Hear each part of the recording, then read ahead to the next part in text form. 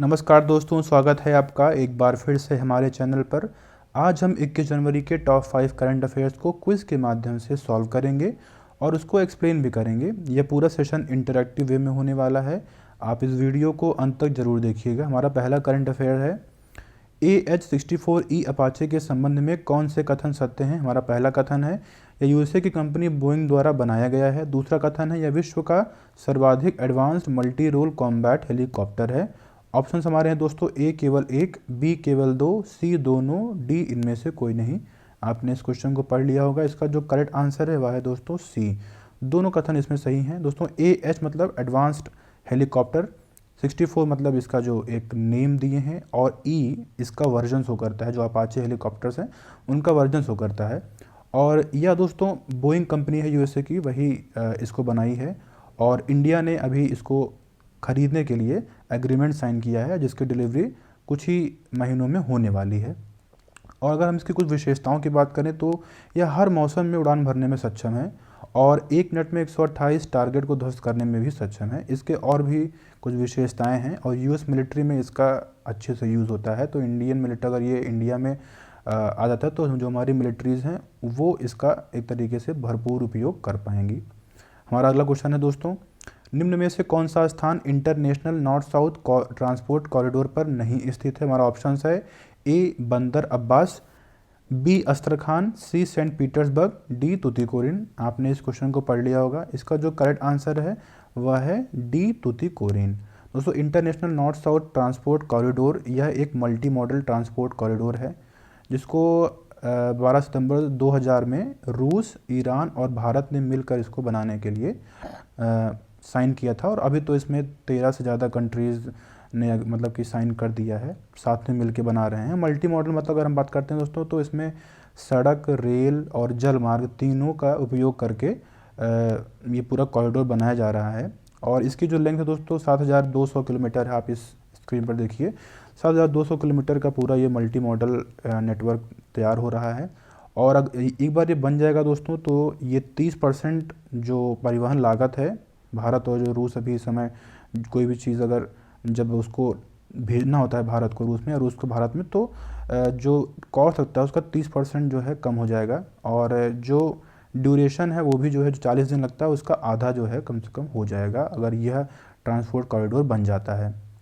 उसमें अगर हम देखते हैं कहाँ से कहाँ तक है, अगर आप इस फिगर में देखेंगे तो मुंबई से देखिए शुरू हो रहा है ईरान में होते हुए, और देखिए कैस्पियन सी, और फिर यहाँ से रूस। तो मतलब ये जो आपका यूरोप है, वेस्टर्न यूरोप से पूरा कनेक्ट कर देगा रशिया को, और जो आपके एशियन कंट्रीज़ हैं उनको भी कनेक्ट कर देगा।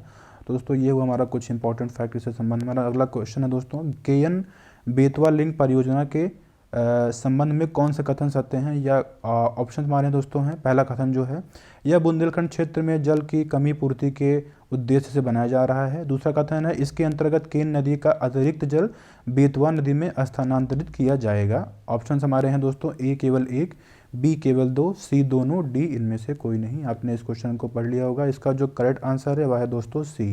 दोनों कथन दोस्तों इसमें सही हैं। दोस्तों, अगर हम केन बेतवा लिंक परियोजना की बात करें तो दोस्तों यह जो है उत्तर प्रदेश और मध्य प्रदेश दोनों राज्यों के मिल के मतलब समझौता किया है, और दोनों मिल के इसको बना रहे हैं। और जो अगर हम बात करते हैं इसकी इसमें है क्या, और ये जो रिवर लिंकिंग प्रोजेक्ट होता क्या है दोस्तों, जहाँ पर जैसे जहाँ पर पानी कम होता है किसी क्षेत्र में, तो जैसे मान लीजिए, जैसे अब देखिए अगर हम इसकी बात करते हैं केन बेतवा की, तो जो बेतवा का पानी है जिसमें सरप्लस वाटर है, वो जो है जो केन है वहाँ पे डाला जाएगा। उसमें मतलब कि नहर के माध्यम से कनेक्ट करके वहाँ पे उसको उसमें डालेंगे, ताकि मतलब कि जो वहाँ पे जो पानी की कमी है वह ना हो।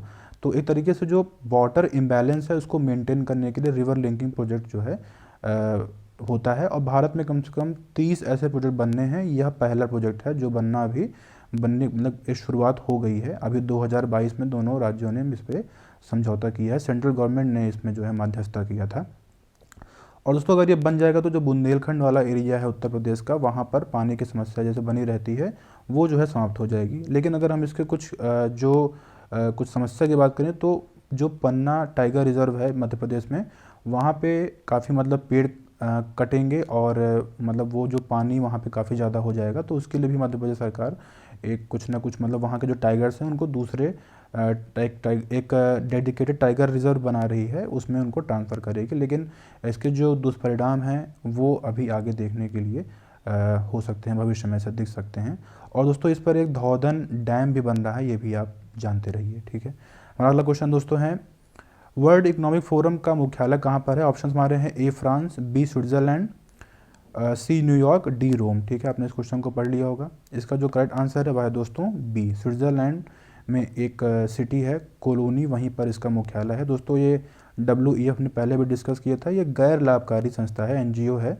और हमने बताया था एक लॉबिंग ऑर्गेनाइजेशन है जो प्रमुख जो भी मुद्दे होते हैं वैश्विक, क्षेत्रीय और औद्योगिक, उसको जो है मतलब उसको जो है एक तरीके से उजागर करता है और लोगों में अवेयरनेस और जो भी उसके प्रति जो भी सॉल्यूशंस है उसको निकालने का प्रयास करता है। हमारा अगला क्वेश्चन है दोस्तों, निम्न में से कौन सी गोदावरी नदी की सहायक नदी नहीं है? ऑप्शन हमारे हैं ए पेनगंगा, बी प्राणहिता, सी हेमवती, डी इंद्रावती। आपने इस क्वेश्चन को पढ़ लिया होगा। इसका जो करेक्ट आंसर है वह है दोस्तों सी हेमवती।